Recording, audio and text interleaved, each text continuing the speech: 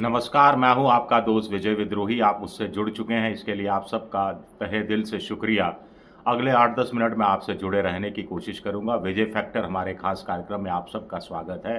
सीधे पॉइंट पर आते हैं तो ताज़ा जानकारी, जो सबसे ताज़ा जानकारी, नवीनतम जानकारी मिल रही है उसके हिसाब से पीर पंजाल की जो पहाड़ियां हैं उसके उत्तर में इस समय 75 से लेकर 80 आतंकवादी सक्रिय हैं और इन 75 से 80 आतंकवादियों में से 50 विदेशी हैं। इसी तरह पीर पंजाल का जो दक्षिणी हिस्सा है वहाँ पर करीब 45 से 50 आतंकवादी सक्रिय हैं, जिसमें से 30 विदेशी बताए जाते हैं। तो कुल मिलाकर 120 से लेकर 130 आतंकवादी सक्रिय हैं, जिसमें से आधे से ज़्यादा 80 आतंकवादी विदेशी हैं। अब ये विदेशी आतंकवादी कैसे चले आए? क्या वो पासपोर्ट लेकर आए, श्रीनगर एयरपोर्ट पे उतरे, या सड़क मार्ग से भारत के अंदर घुसे? मोटे तौर पर फेंसिंग क्रॉस करके आए। तो फेंसिंग कैसे क्रॉस करके आए, इस पर हम आज विस्तार से बात करेंगे।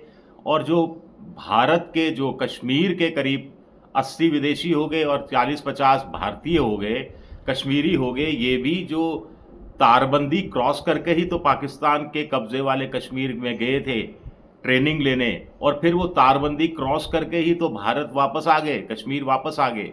तो ये आवाजाही इतनी आसान क्यों है?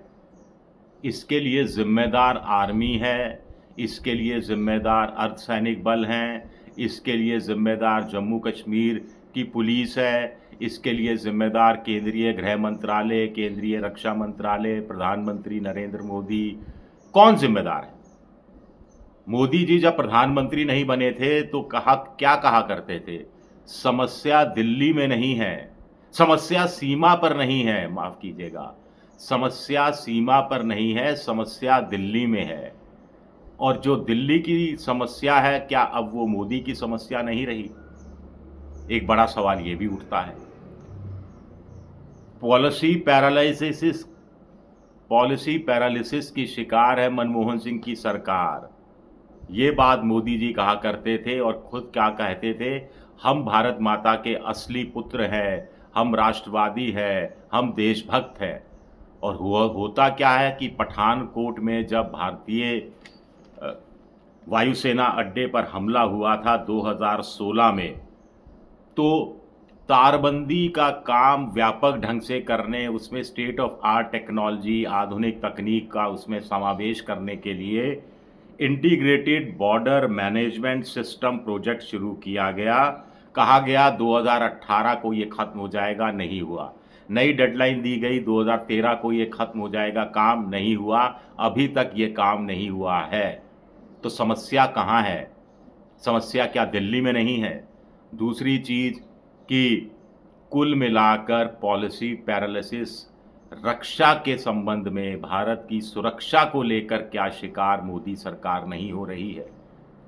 एक और वजह है, जो तारबंदी को क्रॉस करके, क्योंकि आप तारबंदी पर आतंकवादियों को रोक देंगे, घुसने नहीं देंगे भारत में। तारबंदी क्यों लगाई गई है? 700 750 किलोमीटर जो बॉर्डर है, जो एलओसी है उस पर, कि आतंकवादी भारत में घुस नहीं पाए। लेकिन होता क्या है? टाइम्स ऑफ इंडिया का मैं एडिटोरियल आपको बता रहा हूं, बड़ा दिलचस्प है। होता क्या है आप देखिएगा। होता ये है कि जब सर्दियों में बर्फ पड़ती है तो ये तारबंदी को नुकसान पहुंचता है। जब गर्मियां शुरू होती हैं तो उस तारबंदी की रिपेयर में कई महीने लग जाते हैं, क्योंकि एक तो टेरेन बड़ा मुश्किल है, दूसरा ब्यूरोक्रेटिक हर्डल है, नौकरशाही है, अफसरशाही है, बाबू फाइलें रोक लेते हैं, टेंडर पास में दिक्कतें पैदा करते हैं। इस कारण तारबंदी का काम में देरी होती है।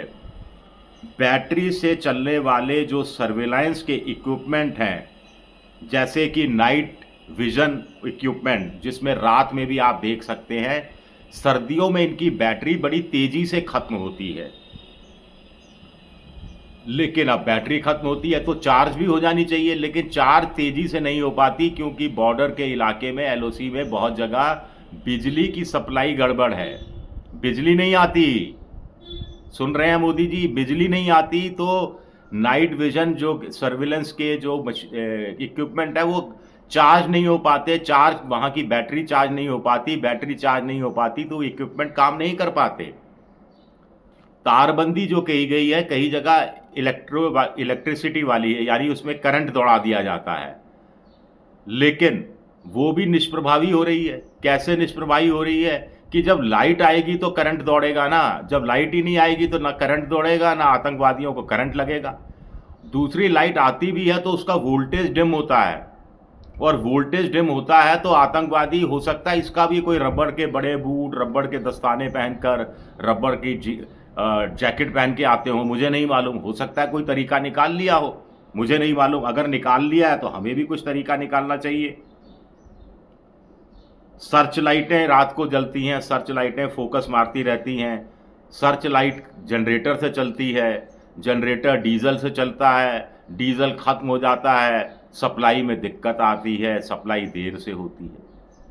ये सब टाइम्स ऑफ इंडिया में लिखा हुआ है, मैं अपनी तरफ से एक लाइन नहीं जोड़ रहा हूं। फिर पंजाब से, नेपाल से, आजकल तो राजस्थान से भी ड्रोन का इस्तेमाल हो रहा है, हथियार ड्रॉप किए जा रहे हैं ड्रग्स के साथ साथ। ड्रोन बड़े सस्ते आते हैं, अगर आप 2 करोड़ 4 करोड़ की हीरोइन और हथियार ड्रॉप कर रहे हैं और ड्रोन अगर नष्ट भी हो जाता है कोई फ़र्क नहीं पड़ता, क्योंकि एक बार अगर ड्रोन नष्ट नहीं हुआ और आपका माल पहुंच गया तो आपको करोड़ों रुपया मिल जाता है। और नेटो ग्रेड हथियार आ रहे हैं, पंजाब की सरकार पकड़ चुकी है।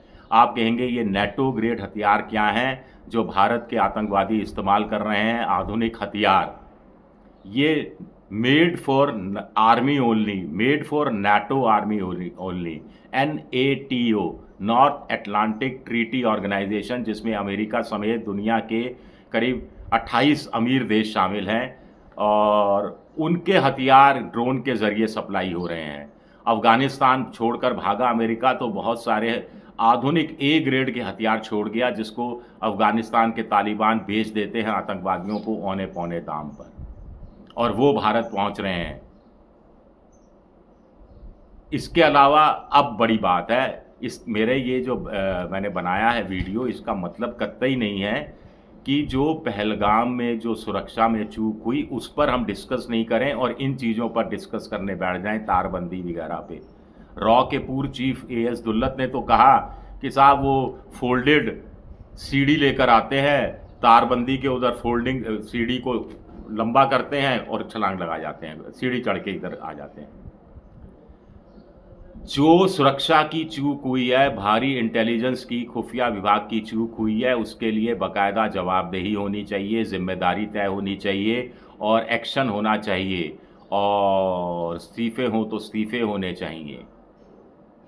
वो चीज़ बुरी गंभीर है, लेकिन हम एक दूसरे पहलू भी आपको बताने की कोशिश कर रहे हैं। चाहे हमास ने इजराइल पर 2023 का हमला किया हो 7 अक्टूबर का, या 2019 में पुलवामा का हमला हो, चाहे उरी का हो, चाहे 26/11 मुंबई का हमला हो, चाहे 9/11 अमेरिका के वर्ल्ड ट्रेड सेंटर पर हमला हो, इन सब में आतंकवादियों ने अपनी तरफ से एक वार्निंग दी, एक चेतावनी दी, लेकिन रेस्पॉन्स फेलियर की तरफ इशारा होता है इससे, कि रेस्पॉन्स करने में हम फेल हो गए।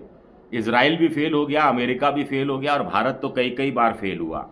जैसे पुलवामा की बात की जाए तो फ्रंटलाइन मैगजीन ने छापा था कि 2 जनवरी 2019 से लेकर 13 फरवरी 2019 के बीच कम से कम 11 इंटेल सूचनाएं मिली थी, खुफिया को विभाग को सूचनाएं मिली थी कि ऐसा कुछ पुलवामा में होने जा रहा है। 14 फरवरी को ये हादसा हुआ था जिसमें BSF के 38 या 40 जवान शहीद हो गए थे। उसके एक दिन पहले तक इन्फॉर्मेशन थी, लेकिन क्या हुआ? एक बात और, जांच बड़ी सुस्त रफ्तार से चलती है। हमास के बारे में इजराइल को 5 साल से जानकारी थी कि हमास तैयारी कर रहा है, हमला करेगा। वर्ल्ड ट्रेड सेंटर को लेकर अमेरिका के पास जानकारी थी, लेकिन वहाँ भी लापरवाही बरती गई। हमारे यहाँ तो और घोर लापरवाही बरती जाती है। पुलवामा में 350 किलो का आरडीएक्स या 400 किलो 200 किलो जो भी है, कहाँ से आया, कौन लाया, किस रास्ते से आया, क्या हुआ, अभी तक जांच ही नहीं हुई है। ये 2019 की बात है, अब 2025 का मई चल रहा है, और जिसने सवाल उठाया वो देशद्रोही, जिसने कहा पुलवामा में आरडीएक्स की जांच करो, वो मारुति कार जिसमें आरडीएक्स रखी थी वो किसकी थी, वो क्यों 3 दिन तक यूं ही बेरोक-टोक घूमती रही, वहाँ के राज्यपाल मलिक ने भी ये सवाल उठाया, वो पाकिस्तानी एजेंट, वो भारत माता का दुश्मन। तो क्या अब पहलगाम के मामले में भी यही कहा जाएगा कि जो भी मांग करेगा कि जांच होनी चाहिए? जांच तो होगी, अभी तक जांच की घोषणा तक नहीं हुई है। अभी तो बड़ी मुश्किल से सरकार ने ये स्वीकारा है कि सुरक्षा में थोड़ी बहुत चूक हुई है। जांच हो, जांच का नतीजा जल्द से जल्द आए, उससे कुछ सबक ड्रॉ किए जाएं। सवाल पर सवाल है, सवाल पर सवाल है। फिर मोदी जी की बात, समस्या सीमा पर नहीं है, समस्या दिल्ली में है। शुक्रिया मेरा ये वीडियो देखने के लिए। पसंद आए तो लाइक कीजिए, सब्सक्राइब कीजिए, शेयर कीजिए।